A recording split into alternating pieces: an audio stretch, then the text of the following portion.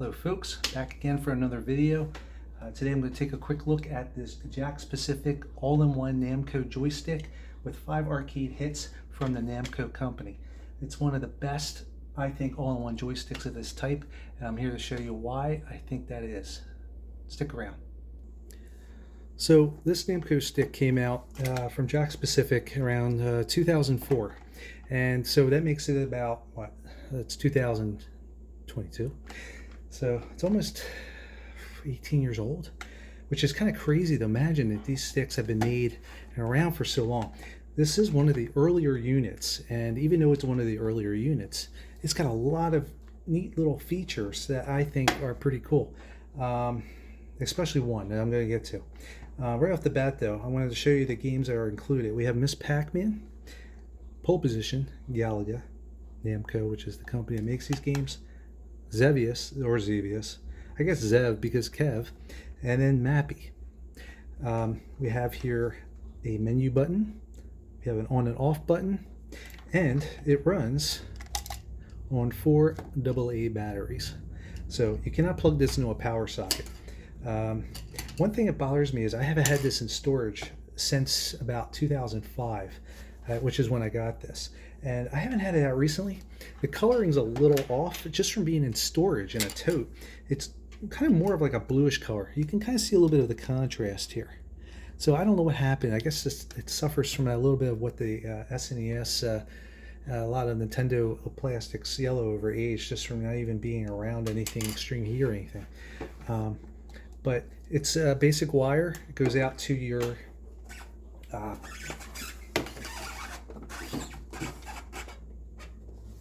composite cables here, which are the old school yellow and white mono and video sound that a lot of people are used to with these types of devices.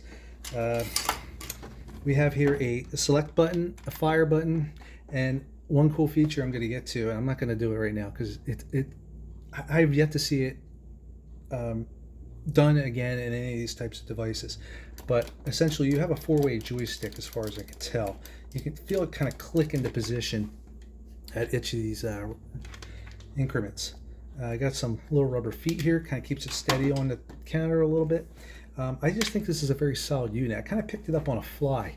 I actually think I was on my honeymoon at the time. We stopped in for something to lunch at the mall, and we walked by a KB Toys.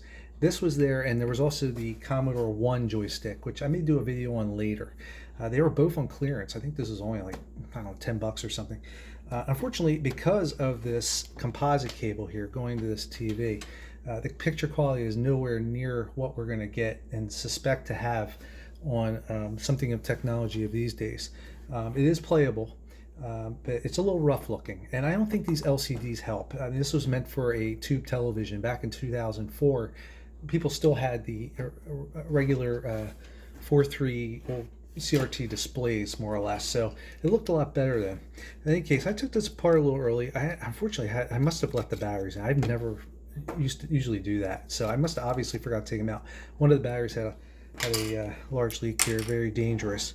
So I went over it real quick with a little IPA and just a little bit of I don't know, distilled vinegar. Came out okay, it works fine. I gave it a quick test before I started the video. I didn't want to disappoint anybody and cause some trouble. So I'm just going to seal this up real quick to a point, because I'm going to probably take them out again after I'm done with this video, because I don't want it to happen again. So that's pretty much all there is to say about the overall unit. Fire button, select, menu, power, and this joystick, which I'm going to show you a cool feature of, which is, in my opinion, makes this one of the better of these types of units, even to this day. There are other ones out there. There's a PacMan one that's shaped like Pac-Man. I also have that upstairs.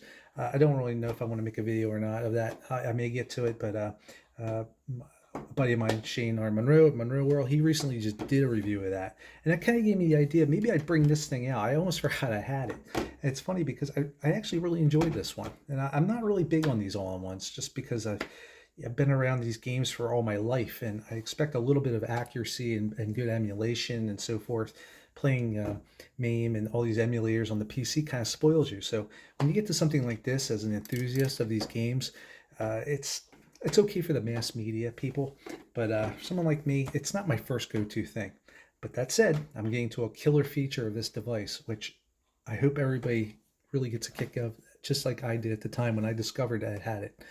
So let's move on to some gameplay footage. Let me just get this set up in a second here. Okay, so we're going to power this up. Boots right into the main menu here, which is literally just a list of games. So once again, we have Pole Position, Xevious, Miss Pac-Man, Galaga, and Mappy. A nice little blend of a mixture of some of their better games, in my opinion. I don't think any of these are really duds. Xevious is a little slower, but I mean, I'd rather have Galaga than Galaxian. I'd rather have Miss Pac-Man than Pac-Man. And Pole Position, whoever sees that on these things. Xevious, a little slower. Mappy is kind of the oddball, but I'm happy to see it. It's a relatively decent game. One of the better ones I think Namco put out at the time. It's a little bit of a spin on Pac-Man in a way, just with trampolines. So let's start off with Mappy since we're on it. And what we're going to do is we can select, I believe, this one? Nope, this one to select the game. It boots right up. Once again, this is the fire jump button. Here's the joystick. Let's give it a shot. Musically, it sounds pretty good. Let's see how it plays. So you're Mappy the police mouse. Gotta collect all these items on trampolines. If you get the flashing ones first, it gives you a little bit of a bonus. Go through these walls, you get these sonic waves. But you have to collect all these and escape the cat burglars, so to speak, I guess, before they get your prized possessions. The only defense you have, or attack, are these waves, and if you hang by the door, you can bounce these guys back, such as this. While you bounce up, you gotta watch where they're bouncing, or they'll get you, unless you pass them right here. So let's go up here real quick. As you can see, the screen clarity, quality isn't the best. I think it's a mixture of just, it's composite, and the fact that this is an LCD monitor. This would look a little bit better, most likely on a CRT TV. Musically, it sounds pretty good. Plays nice and smooth. Complete the levels when you get all the items in the map, or the stage, so to speak. Now, emulation's kind of give and take on these things. Colors are a little off.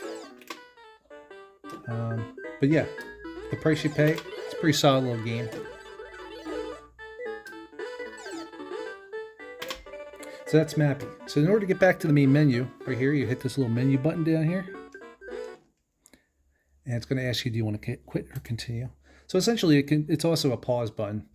We're going to select that. Go down to Galaga. One thing I'm concerned about with Galaga is the buttons. You need a nice click fast button. They seem about on par with maybe an arcade 1-up, I guess.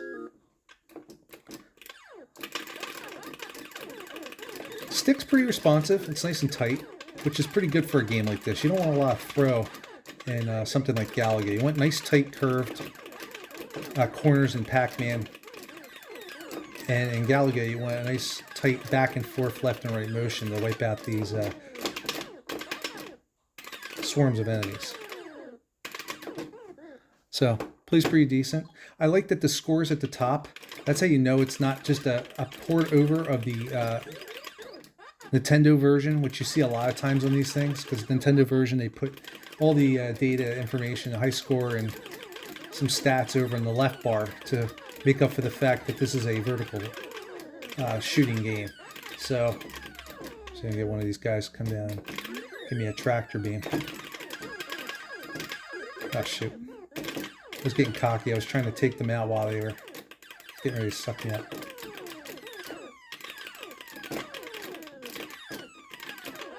So that's Galaga. Plays pretty well. Sounds fine to me.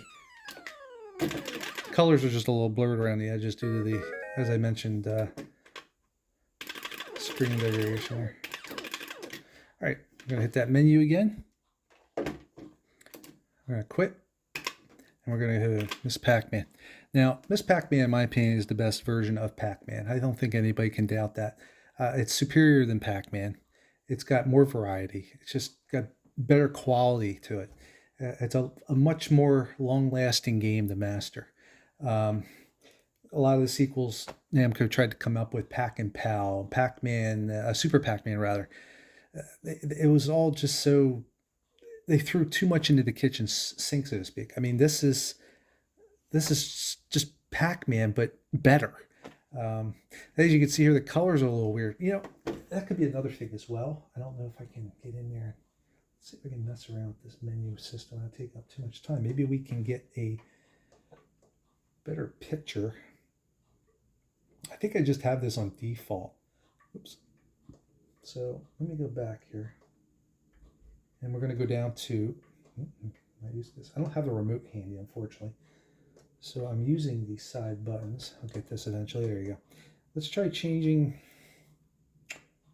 let's say tint maybe? Seems like the tint may be off maybe. Maybe not.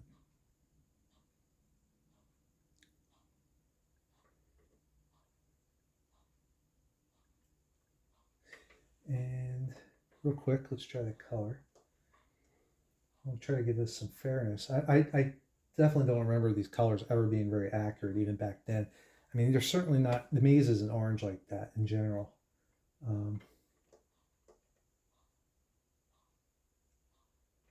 Oh, that's actually a little better. Maybe that's what it is. Maybe it's just the color needs a little adjustment. Because the maze should be a little more kind of a pink hue, so to speak. Yeah, it's good enough for now. So anyway, let's get Pac-Man going. Miss Pac-Man going. First female character in a video game. Let's get out of there. Okay.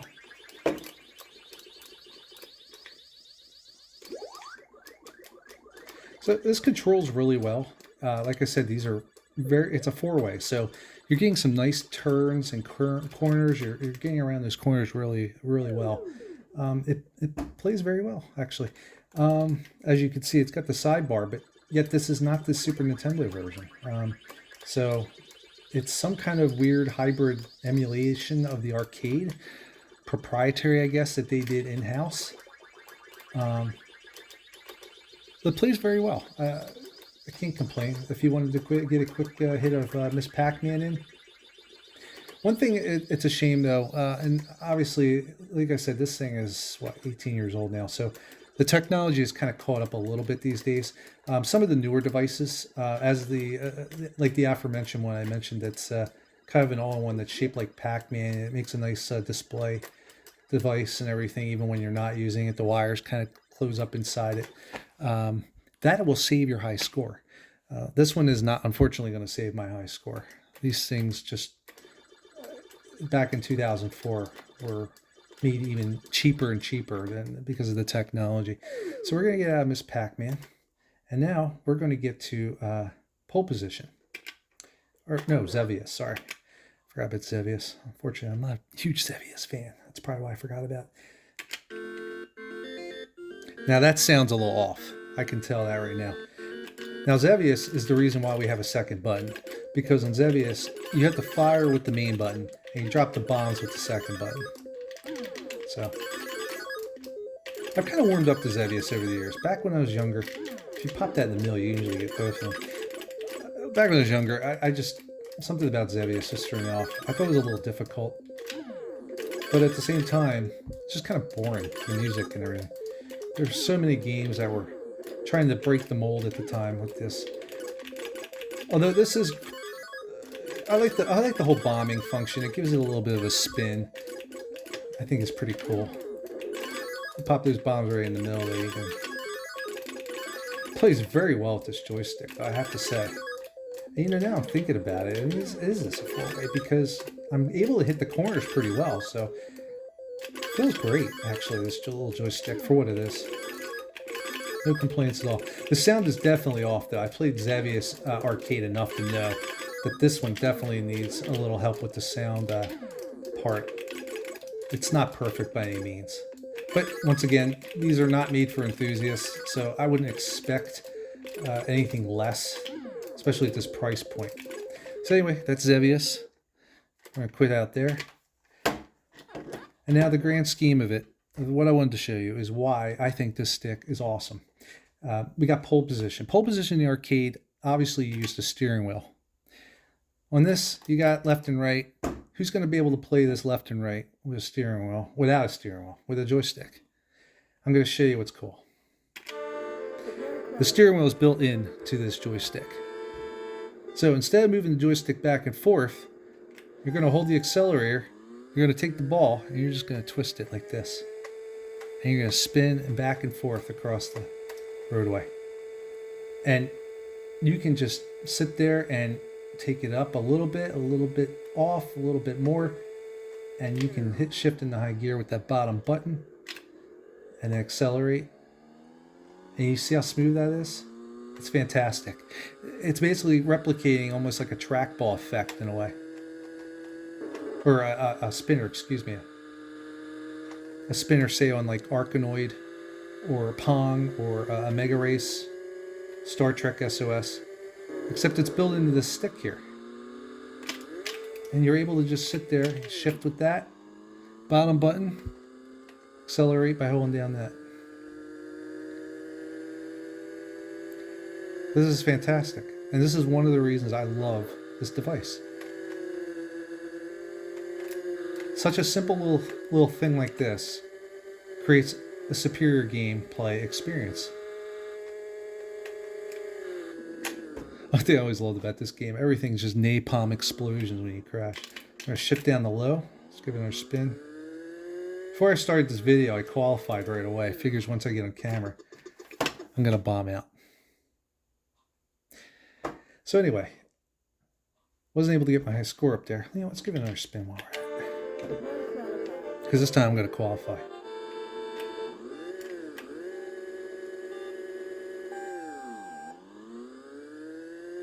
And it's got a nice little feedback to it. It's not super soft, but it's enough that it gives back a little bit. You get a little bit of pushback. If it had a little bit of vibration, that would be great. But the fact that somebody took the time to not only put pole position on this, a game you never see in these kind of collections, and was able to figure out a control scheme, and in this price point, is pretty amazing to me. And that's why it makes it one of my favorites of these little handheld all-in-ones.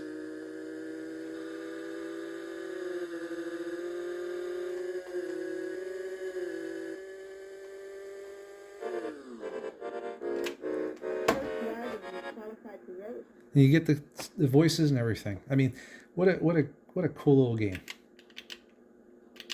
So anyway, that's about pretty much all I want to show today. Thank you for joining me, and I hope you enjoyed watching what makes this little device so pretty cool. And definitely, even though it's due to its age, I think one of the finer ones that they ever put out. And they put out a ton of them, let me tell you. So until next time, thanks for joining, and have a good night.